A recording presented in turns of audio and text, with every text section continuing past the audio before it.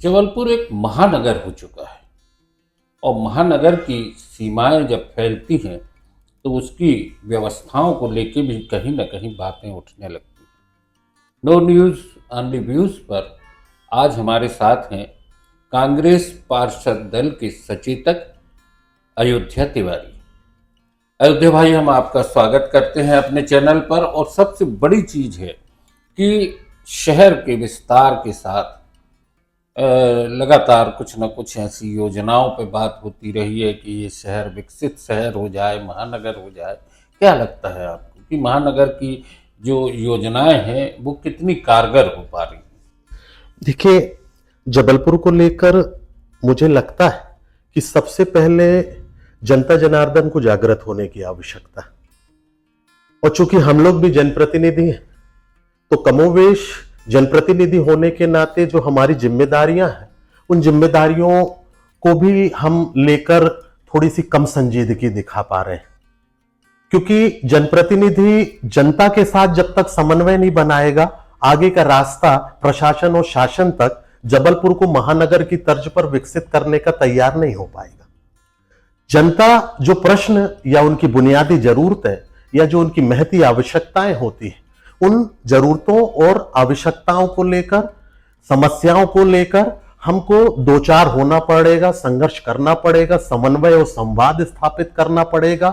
तब जाकर प्रशासनिक अधिकारियों के माध्यम से शासन के स्तर तक बातें जा पाती। हम उन बातों को लेकर संजीदगी दिखाएं, ये सबसे महत्वपूर्ण है। अयोध्या भाई, एक और चीज आती है कि इस शहर की ट्रैफिक व्यवस्थाएं, पार्किंग और बहुत सारी बुनियादी जो स्थितियां हैं जिनको लेके लगातार अखबारों में भी सुर्खियां बनती रही हैं और आए दिन कहीं ना कोई सड़क हादसा सामने आता है। मुख्य बाजार भी बहुत सिकुड़ गया है, अतिक्रमण इतनी ज़्यादा है। क्या लगता है कि इसको लेके जो जागरूकता या प्रशासन कहीं कमी कर रहा है?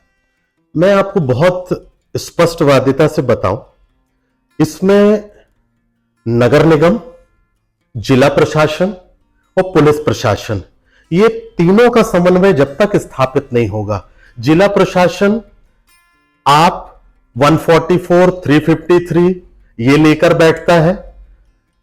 पुलिस कप्तान किसी भी जिले का वो सीआरपीसी, आईपीसी लेकर बैठता है। नगर निगम अतिक्रमण के तहत जहां तहां जो बाधा समझ में आती है उसको दूर करने के लिए उसके पास सारे साजो सामान होते हैं। ये जब तक तीनों साथ में बैठकर समन्वय नहीं बनाएंगे, जनता के अंदर, उन लोगों, उन व्यापारी बंधुओं के अंदर अपने द्वारा किए गए अतिक्रमण को लेकर खौफ पैदा नहीं होगा। इनके अंदर चाहे वो लोकल रिटेलर्स हो, चाहे वो होलसेलर्स हो, चाहे वो बैठकी वाले व्यापारी हो, छोटे बड़े मझोले जो सो भी हो सकते हैं, वो जब तक उनके अंदर शासन प्रशासन का भय पैदा नहीं होगा, वो कभी भी इन चीजों से डरेंगे नहीं। आप देखिए, कोई भी दुकानें हैं उसकी 10x10 की है, वो 10x10 रोड पे ले जाकर अपना अस्थायी छज्जा लगा लेता है। लेकिन अयोध्या भाई, एक और बात आती है कि जब प्रशासन कार्रवाई करने लगता है उस समय वहां पे राजनीतिक दलों से लोग पहुंच जाते हैं और उनके समर्थन में खड़े हो जाते हैं। अगर कांग्रेस के लोग होंगे तो भाजपा वाले खड़े हो जाते हैं। तो राजनीतिक दलों में भी समन्वय जरूरी है। बहुत अच्छी बात कही आपने। ये अमूमन 100% स्थितियां, मैं 99 भी नहीं कहूंगा, हम जनप्रतिनिधियों को बीच बचाव करने, समस्या का समाधान करने के लिए, उनके जो ठेले टपरे उठ रहे हैं उनको बीच बचाव करने के लिए आगे आना पड़ता है। पर इसके साथ साथ इस बात की भी गुंजाइश होनी चाहिए कि जिसके द्वारा हम लोगों को आगे ले जाकर अपना बचाव किया जा रहा है, गलत को सही ठहराने के लिए हमारे सर को आगे किया जा रहा है, हमारी छाती आगे की जा रही, उनकी भी जवाबदारी है कि उसके गलत को गलत ठहराए। चूंकि हम लोग जनप्रतिनिधि होते हैं तो हमारा वोट बैंक होता है, वोट बैंक होता है तो हमें अपने वोट बैंक का जो बंदे होते हैं, जो हमारी वोट बैंक की जनता होती है, उसके लिए आगे आना पड़ता है। पर चूंकि जब शहर की बात, शहर, लेकिन अगर आप उसी जनता को, वोट बैंक है आपका, उसको अगर जागरूक करें और उनको बताएं कि अपना बाजार सिकुड़ रहा है, आप थोड़ी थोड़ी सा पीछे जाएं और प्रशासन के सहयोग के लिए खड़े हो जाएं। उस समय दलगत भावना से हटके, चाहे वो राजनीतिक दल के सत्ता में बैठे लोग हों, चाहे विपक्ष में बैठे लोग हैं, वो अगर मिल के प्रयास करें तो शहर की यातायात व्यवस्था दुरुस्त हो सकती है। देखिए, शहर का यातायात तो लचर है। जितने भी पारंपरिक बाजार हैं आप देखिए, वहां बाकायदा 3 व्हीलर 4 व्हीलर जा रही है। ना यातायात पुलिस प्रशासन इस ओर देख रहा है, ना नगर निगम देख रहा है। और सबसे बड़ी बात, इस बात को लेकर संजीदा तो जनप्रतिनिधि को होना पड़ेगा। अगर वो संजीदा नहीं होगा, गलत को गलत नहीं कहेगा, दलगत राजनीति से ऊपर नहीं उठेगा, तो इस शहर का कल्याण नहीं होना। सबसे बड़ी बात, मेट्रो सिटी नंबर 1 होती है, उसके बाद टियर 1 सिटी आती है। हम टियर 1 में भी नहीं, हम टियर 2 श्रेणी में है। और टियर 2 श्रेणी से हम जिसको जबलपुर को आज हम मुझे कोई गुरेज नहीं है सार्वजनिक तौर पर आपके समक्ष में कहने से कि हम एक बड़ा गांव आज भी, एक फ्लाईओवर आ जाने से हम उसकी गणना मेट्रो या टियर 1 सिटी के रूप में नहीं कर सकते। महानगर की गणना सिर्फ national highway authority of India या पीडब्ल्यूडी के एक बड़ा इंफ्रास्ट्रक्चर खड़े करने से नहीं होती। उसके साथ साथ सबसे पहले किसी भी शहर की खूबसूरती का मापदंड होता है उस शहर का यातायात, दूसरा होता है उसका अतिक्रमण, तीसरा होता है उसकी सफाई व्यवस्था। ये तीनों हमारे यहां के बद से बदतर है।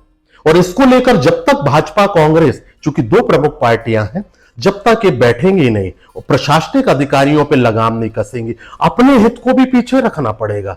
शहर हित ऊपर रहेगा, शहर हित आगे रहेगा, तो हमारा शहर आगे बढ़ेगा। ना हम युवाओं के बारे में सोच रहे हैं, ना हम महिलाओं के बारे में सोच रहे हैं। हमको निश्चित तौर पर नगर निगम को और यातायात व्यवस्था को, जिला प्रशासन को बहुत संजीदगी से आगे लाकर जबलपुर की जनता को कॉन्फिडेंस में लेकर, विश्वास पे लेकर, चूंकि अगर हम विश्वास में नहीं लेंगे तो उनको लगेगा कि हमने इनको चुना है और ये हमारे लिए नहीं बोल रहे हैं। शहर को आगे रखना होगा। शहर को आगे रखेंगे तो शहर निश्चित तौर पर आगे बढ़ेगा और हम वो जो चीजें आज सोच रहे हैं, स्वप्न हम आज देख रहे हैं कि हम कैसे इसको महानगर बनाएं, वो साकार होते दिखेगा।